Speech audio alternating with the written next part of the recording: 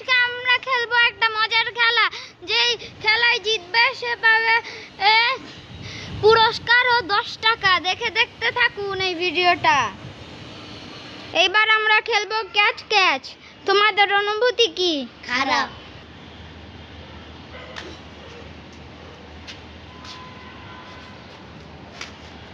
Out, খেলা শেষ। গো।